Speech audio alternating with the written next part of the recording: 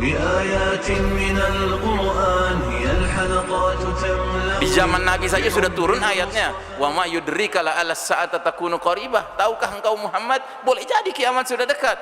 Masa kita yang tinggal di zaman seperti ini menganggap kiamat masih jauh? Hey, come on, wake up. Nah, jadi saudaraku rahimakumullah, 10 tanda besar akan mengiringi perpindahan kita dari babak keempat ke babak kelima. Dan Nabi menyebutkan ke 10 tanda besar itu dalam sebuah hadis sahih riwayat Muslim. Saya bacakan cepat saja. Ada ad-dukhan, kabut asap menyelimuti planet bumi kita selama 40 hari 40 malam. Ada sosok Dajjal, a'zamul fitnah, fitnah yang paling dahsyat sepanjang zaman. Ada dabbatul ard, binatang melata yang tadi sudah saya singgung, akan ngasih tanda siapa orang beriman, siapa orang kafir. Kemudian ada matahari terbit dari tempat terbenamnya, pertanda pintu taubat sudah tertutup. Kemudian ada turunnya Isa ibnu Maryam alaihissalam. Jadi kita umat Islam punya keyakinan yang mirip kayak orang Nasrani, Pak. Mereka meyakini Yesus Kristus bakal turun dari langit di akhir zaman. Kita juga keyakinannya sama, cuma kita menyebutnya Isa alaihissalam. Dan kita akan buktikan siapa yang nanti kecelek begitu Isa alaihissalam turun. Sebab Isa alaihissalam menurut keyakinan kita begitu turun, pertama kali yang dia kerjakan apa? Masuk masjid, ikut sholat berjamaah dengan cara umat Islam. Dia tidak cari-cari gereja, Pak.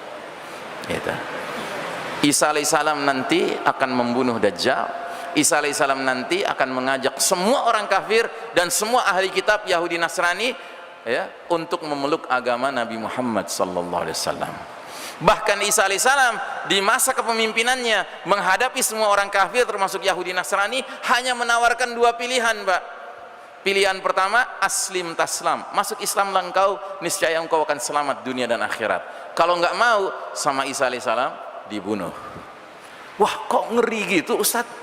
Bukan soal ngeri, soalnya kalau Isa alaihissalam sudah turun, tandanya apa? Dunia sudah memasuki injury time, udah mau berakhir dunia ini. Kan keterlaluan kalau masih ada orang kafir, Yahudi, Nasrani, dunia udah mau berakhir, Isa alaihissalam sudah turun, masih ngeyel juga, mending mati dia.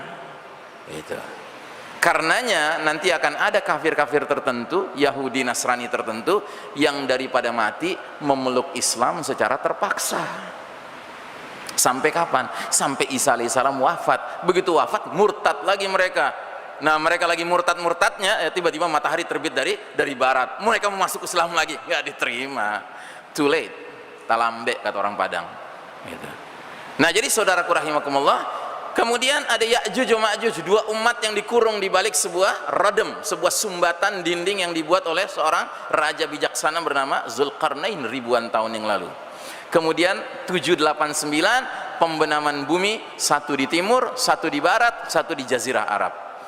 Dan yang ke-10, api keluar dari Yaman menggiring manusia ke tempat berkumpul untuk mengalami dahsyatnya peristiwa kiamat, ya.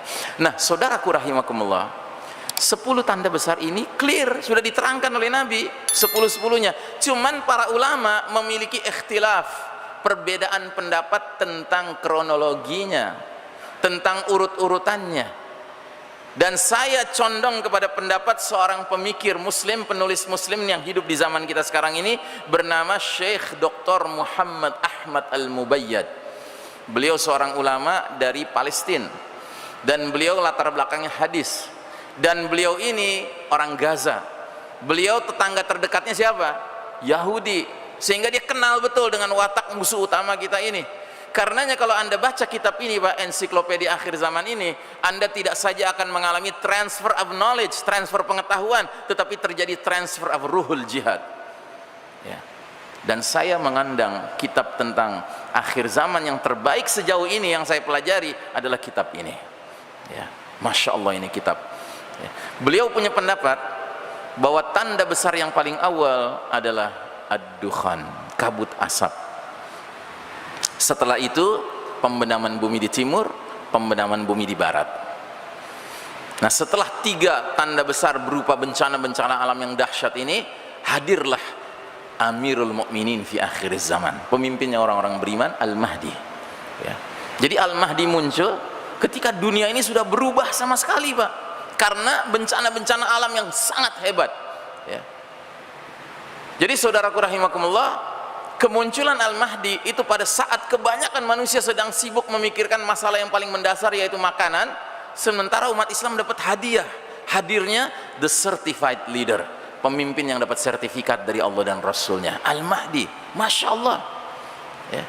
Sehingga umat-umat yang lain masih centang perenang, sibuk memikirkan nasib pribadi-pribadinya. Umat Islam yang faham segera bergabung dengan Al-Mahdi dan membangun masyarakat khilafah ala minhajin nubuwah yang berdiri di Syam dengan ibu kota awalnya Damaskus, ibu kota terakhirnya nanti Baitul Maqdis ya.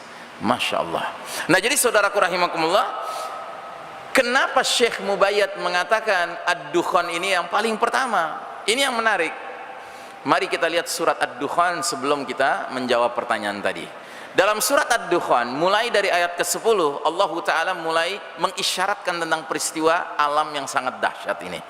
Fartaqib yawma ta'tis sama'u bidukhanim mubin. Maka tunggulah hari ketika langit membawa dukhanin mubin, kabut yang nyata. Jadi dukhan itu kabut, mubin itu nyata. Jadi nanti kabut ini tebal, pekat ya, menyelimuti planet kita ini sehingga gelap gulita. Kata Nabi, arba'ina yauman wa arba'ina laila, 40 hari 40 malam kita akan hidup dalam kegelapan, Pak. Dan awal mulanya terjadi di bulan Ramadan.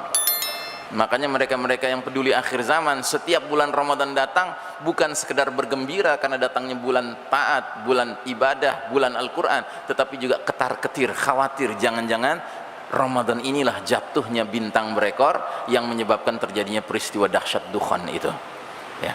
Nah, jadi saudaraku rahimakumullah, di ayat berikutnya kata Allah Ta'ala, yaghshan nas, kabut ini akan meliputi seluruh manusia. Kalau dalam bahasa hadisnya, menyelimuti seluruh wilayah timur, seluruh wilayah barat. Hadza azabun alim, inilah azab yang pedih. Nah, ini kalimat kuncinya di sini, Pak. Jadi Syekh Mubayyad, penulis kitab ensiklopedia akhir zaman, beranggapan kenapa tanda besar pertama itu harus dukhan, padahal dukhan adalah azab yang pedih, karena perjalanan umat manusia sedang memasuki babak keempat yang disebut babak mulkan jabriyan, di mana peradaban umat manusia mempertontonkan kesombongan, kemungkaran, kemaksiatan, kezaliman, kemunafikan, kesyirikan, kekufuran yang luar biasa kepada Allah Rabbul Alamin. Tidakkah kita lihat, wahai saudara-saudaraku, bahwa dunia modern ini adalah peradaban yang sangat sombong, peradaban yang sangat mungkar, yang sangat penuh kemaksiatan. Sampai ada ulama mengatakan era modern kita sekarang ini, Pak, adalah era di mana dosa-dosa umat terdahulu ngumpul sekaligus di era ini. Padahal di era dulu, Pak, ada umat-umat tertentu yang terlibat cuma dengan satu dosa saja. Allah kirim Nabi untuk bertaubat kaum itu, tapi nggak mau bertaubat. Akhirnya Allah kirim malaikat menyuruh Nabi itu menyingkir dengan keluarganya, dengan pengikutnya yang beriman, supaya kaum itu nanti diazab habis. Nah, itu cuma satu dosa, Pak. Ini sekarang semua dosa ngumpul, Pak, di era kita sekarang ini ya. Karenanya kembali lagi ke surat Ad-Dukhan, di ayat ke-16-nya Allah Ta'ala berfirman, Yawma nabtishul batshatal kubra inna muntaqimun. Ingatlah hari ketika kami menghantam mereka dengan hantaman yang keras, sesungguhnya kami Allah Ta'ala adalah pemberi balasan. Jadi dukhan ini disebabkan oleh hantaman keras yang datang dari langit. Dalam bahasa surat At-Tur, Allah menggunakan kalimat kisfan minas sama'i saqiton, bongkahan-bongkahan batu berjatuhan dari langit. Kalau dalam bahasa hadisnya, bintang berekor jatuh di bulan Ramadan. Kalau dalam bahasa modernnya apa, Pak? Meteor ya. Jadi meteor akan jatuh menghantam planet kita ini. Alhamdulillah, planet kita ini diciptakan Allah ada perisainya, Pak, tamengnya, namanya lapisan atmosfer. Menurut para ilmuwan, di jagat raya kita ini, Pak, berseliweran di sekitar planet bumi kita ini, meteor-meteor yang ukurannya raksasa, besar sekali, yang kalau satu saja melintas dan menabrak planet kita ini, itu dahsyat. Kata ilmuwan, karena ada tamengnya, meteor raksasa ini akan pecah. tapi pecahannya akan ada yang lolos, menabrak daratan, menabrak lautan. Dan yang lolos ini ukurannya ada yang sampai garis tengahnya 2 km, Pak. Batu garis tengahnya 2 km, bergerak dengan kecepatan puluhan ribu kilometer per jam. Kalau dia menabrak daratan, tentu dia akan menimbulkan kepulan asap kayak bom nuklir. Tetapi bom nuklirnya berlipat-lipat kali dari bom nuklir biasa. Makanya cendawan asapnya itu akan meluas sampai menyelimuti seluruh wilayah timur dan barat, kata Nabi. 40 hari 40 malam kita hidup dalam kegelapan. Itulah peristiwa ad-dukhan. Sementara bongkahan-bongkahan yang jatuhnya di laut, di samudra, menimbulkan apa, Pak? Tsunami. Tapi tsunaminya bukan tsunami yang dinding airnya 5 meter, 20 meter, 30 meter. Tidak, Pak, ratusan meter. Menurut salah seorang ilmuwan, dia bisa sampai 235 meter, Pak, ketinggiannya. Tentu kalau dia menghantam daratan, maka wilayah-wilayah tertentu yang lebih rendah dari 235 meter itu akan terbenam. Nah, itulah fenomena pembenaman di timur, pembenaman di barat. Dalam riwayat yang lain lagi diterangkan, kata Nabi, dukhan ini akan memenuhi semua yang ada di timur dan di barat. Jadi seluruh dunia gelap gulita, menyelimuti selama 40 hari dan 40 malam. Adapun bagi orang beriman, dia terpapar dukhan, menyebabkan semacam zukmah, pilek atau flu. Sedangkan bagi orang kafir, dia akan seperti orang mabuk, keluar cairan dari lubang hidung, lubang telinga dan duburnya. Jadi kayak zombie-zombie gitu orang-orang kafir itu, ya. Dalam riwayat yang lain lagi dari putranya Umar bin Khattab dikatakan, kabut asap ini akan masuk ke telinga orang kafir dan munafik, sedangkan kepala mereka dirasakan seperti kepala hewan yang terpanggang. Jadi dia dikatakan azab yang pedih, terutama bagi orang kafir dan munafik. Kalau bagi orang beriman, dia mengalami kesulitan juga, tetapi kesulitannya sebatas pilek, flu. Bayangkan. Jadi kalau kita dipanjangkan umurnya sampai harus mengalami dukhan, pastikan iman kita terpelihara, supaya badan kita nggak ikut membengkak, supaya nggak keluar cairan-cairan dari lubang telinga kita. Karena itu azab bagi orang munafik dan orang kafir. Tapi bagi orang beriman, ya, dia mengalami kesulitan, tapi kesulitannya sebatas pilek dan flu saja, ya. Nah, yang lebih penting lagi adalah mengantisipasi dampak dari hantaman keras serta dukhan ini. Yang pertama yang akan muncul adalah vast continental landslides, pembenaman bumi berskala benua. Ya, jadi bayangkan kalau ada bongkahan batu yang jatuhnya ke tengah-tengah Samudra Pasifik, tentunya ada mega tsunami bergerak ke kanan, menghantam wilayah barat, Amerika Utara, Amerika Selatan, dan ada yang menghantam ke kiri, menghantam wilayah Asia Timur. Sehingga pembenaman di timur dan pembenaman di barat kita khawatirkan akan mencakup wilayah seluas ini, Pak.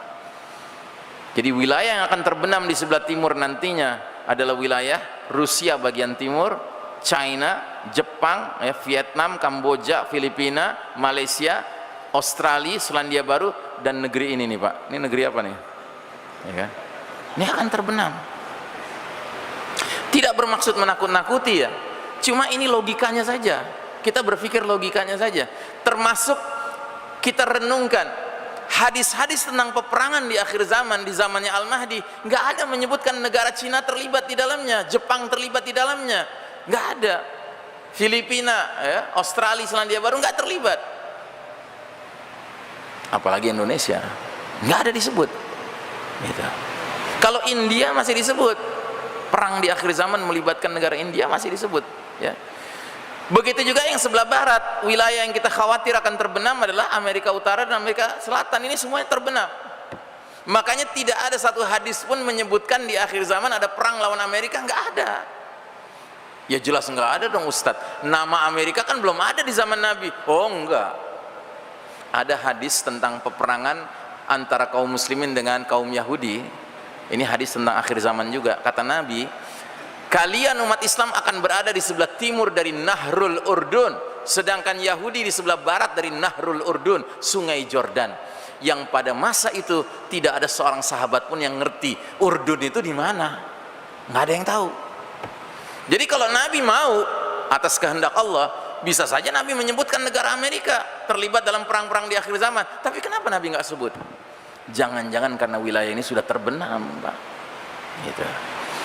Nah, jadi pembenaman di timur dan di barat boleh jadi menenggelamkan banyak sekali wilayah karena mega tsunami yang terjadi, tetapi mungkin menyisakan dataran-dataran tingginya. Ya, puncak-puncak gunungnya mungkin masih terjaga, terpelihara. Karena apa? Karena ketinggian puncak gunung, dataran tinggi masih lebih tinggi dari ratusan meter tadi, tsunami tadi. Makanya kalau ada di antara Anda berpikir, wah kalau gitu saya mau ngungsinya ke puncak Gunung Merapi misalnya gitu ya, silakan saja. Mau siap-siap bikin kampung akhir zaman di situ sama orang-orang beriman lainnya yang sevisi semisi dengan saya, silakan saja. Cuma jangan kaget, nanti Anda tidak lagi tinggal di puncak Gunung Merapi, tapi Anda tinggal di Pulau Merapi, ya, karena sekelilingnya sudah jadi air semua. Gitu.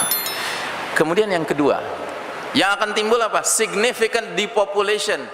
Ya, pengurangan populasi planet bumi ini secara signifikan karena banyak yang tewas, Pak. Ya bayangkan, ini kan wilayah-wilayah yang penduduknya banyak sekali, Pak. Apalagi negeri yang warnanya kuning ini. Negeri apa nih? China. 2 miliar, Pak, penduduknya. Penduduk bumi aja 7 miliar, dia 2 miliar sendiri, Pak. Makanya saking banyaknya sebagian sudah mulai diekspor paksa ke sini kan. Gitu. Nah kalau kita ngerti skenario akhir zaman, kita tinggal bilang sama mereka-mereka yang pada kesini ini, ya silakan lu datang ke sini, lu bakal tenggelam loh. Nah, gitu. Sambil kitanya harus punya rencana. Kitanya kemana? Ya kita harus hijrah, Pak. Kan Nabi dulu hijrah, ya kita juga harus hijrah, Pak.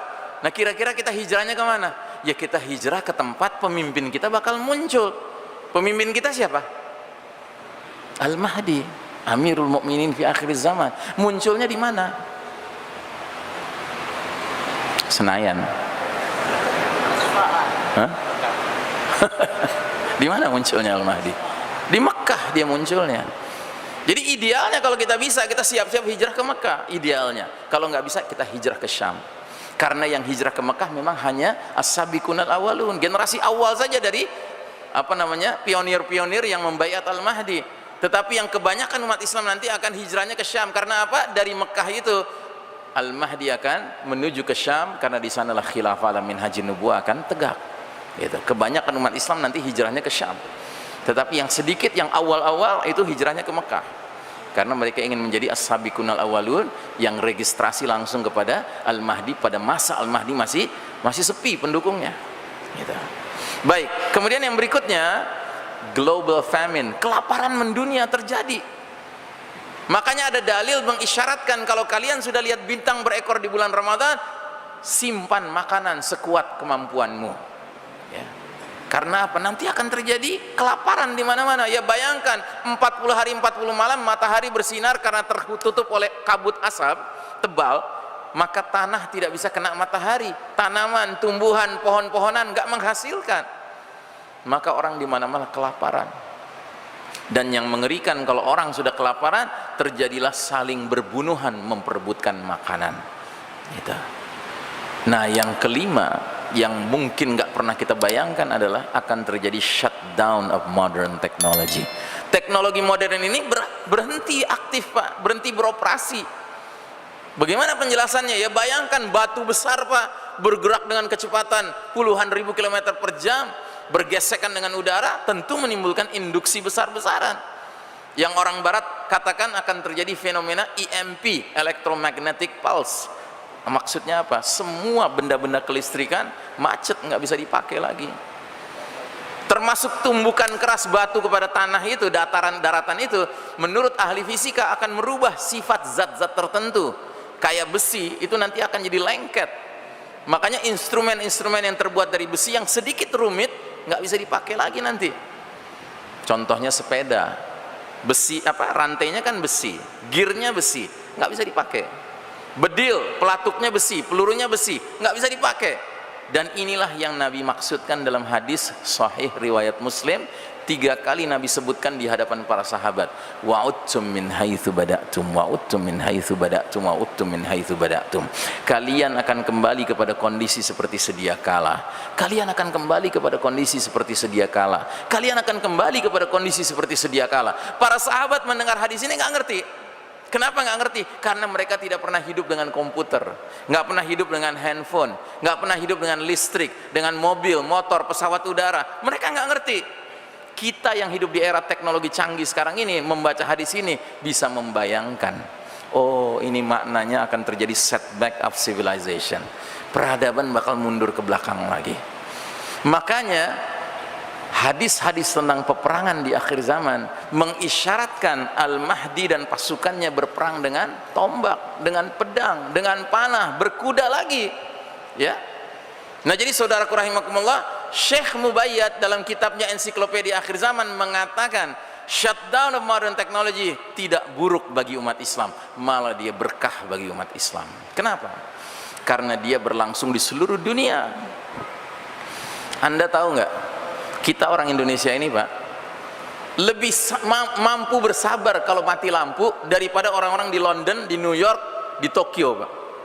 Mereka di sana kalau udah mati lampu 5 jam Pak, oh udah panik Pak, bursa efek macet, ya kan. Kalau kita kan alhamdulillah sering dilatih sama PLN kan, mati lampu sekian jam kita sabar, kita tinggal panggil anak cucu kumpulin, ayo store hafalan, nah, gitu ya kan. Kita tahu harus berbuat apa, nggak panik kita. Nah, jadi Syekh Mubayyad mengatakan shutdown of modern technology it's not bad for the Muslims, it's good for the Muslims, bagus malah buat umat Islam. Kenapa? Karena begitu dia terjadi, umat Islam bisa istirahat. Istirahat dari apa? Dari perlombaan mengejar ketertinggalan di bidang teknologi menghadapi barat kafir. Sebuah perlombaan yang pada hakikatnya nggak akan pernah bisa kita menangkan Pak. Kenapa? Karena barat kafir nggak rela kita memenangkannya. Jangankan memenangkannya Pak, setara dengan mereka aja nggak boleh. Buktinya apa? Putra-putra muslim yang cemerlang otaknya, kalau belajar ke Amerika, belajar ke Eropa, itu nggak diizinkan pulang Pak, dikasih warga negara setempat. Brain drain Pak, disedot Pak pikirannya, nggak boleh bermanfaat buat negeri-negeri muslim. Kalau ada sebuah negeri muslim punya gagasan bikin pembangkit tenaga listrik nuklir, wow dipersulit Pak, termasuk PBB mempersulit gitu. Kenapa? Mereka nggak mau negeri muslim maju di bidang teknologi. Akhirnya apa yang Allah lakukan? Allah shutdown aja teknologi ya. Kalau sudah di shutdown Pak, kita dengan barat kafir menjadi setara Pak, jadi 0-0 situasinya. Dan kalau sudah seperti itu Pak, kaedah orang Betawi baru boleh kita pakai Pak, lo jual kue borong gitu ya kan, dengan catatan kitanya latihan Pak, persiapan.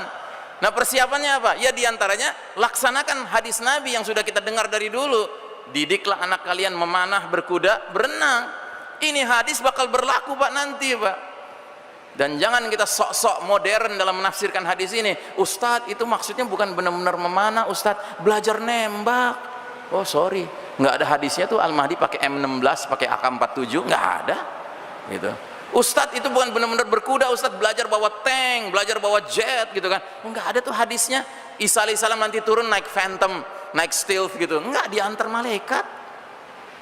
Nah, jadi saudaraku rahimakumullah ya, inilah yang harus kita antisipasi dalam waktu dekat ini. Kita nggak tahu kapan waktu itu akan terjadi, tapi kalau ngelihat perilaku manusia hari ini Pak, tampaknya azab Allah is very close, sudah sangat dekat Pak. Karenanya kita harus mempersiapkan diri dan keluarga kita ya untuk menghadapi situasi huru-hara akhir zaman yang di satu sisi mengandung banyak kesulitan-kesulitan, tapi di lain sisi bersamaan dengan kesulitan itu ada kebaikan, ada busyra, ada kabar gembira. Apa itu? Hadirnya pemimpin kita dan berpindahnya kita ke babak kelima ya. Ini yang harus kita sadari Pak, bahwa ajaran Islam adalah ajaran yang menginginkan kita ini optimis dengan kabar-kabar gembira, tapi nggak sampai melupa menjadi lupa daratan. Kita harus ingat untuk dapat kabar gembira itu ada kesulitan-kesulitan yang harus kita hadapi. Dan jangan cuma ngeliat kesulitan-kesulitan sehingga kita jadi pesimis, padahal ada kabar gembira di balik kesulitan-kesulitan itu yang harusnya membuat kita optimis. Gitu. Inna ma'al usri yusron, inna ma'al usri yusron. Bersama kesulitan ada kemudahan, bukan sesudah kesulitan Pak ada kemudahan, tidak, bersama kesulitan ada kemudahan. Makanya ketika Nabi berbicara tentang kabar gembira Al-Mahdi, Nabi menggunakan kalimat ubasyirukum bil mahdi yub'atsu fi ummati. Ku kabarkan berita gembira akan datangnya diutusnya Al-Mahdi ke tengah umat ini saat apa? Saat perselisihan antar manusia menjadi-jadi, saat gempa semakin sering ya, dan Al-Mahdi akan memenuhi bumi secara merata dengan keadilan setelah bumi dipenuhi secara merata dengan kezaliman di babak keempat ini. Jadi saudaraku rahimakumullah, satu hadis ini ada kabar gembiranya, datang sang pemimpin, tetapi ada kabar yang mengerikan, perselisihan antar manusia menjadi-jadi, gempa semakin banyak, dan kezaliman merata. Tidakkah kita menyadari sekarang ketiga perkara itu sudah lengkap? Demikianlah kira-kira kaji kita pada malam hari ini. Subhanakallahumma wa bihamdika asyhadu an la ilaha illa anta astaghfiruka wa atubu ilaik walhamdulillahi rabbil alamin. Alhamdulillahi rabbil alamin.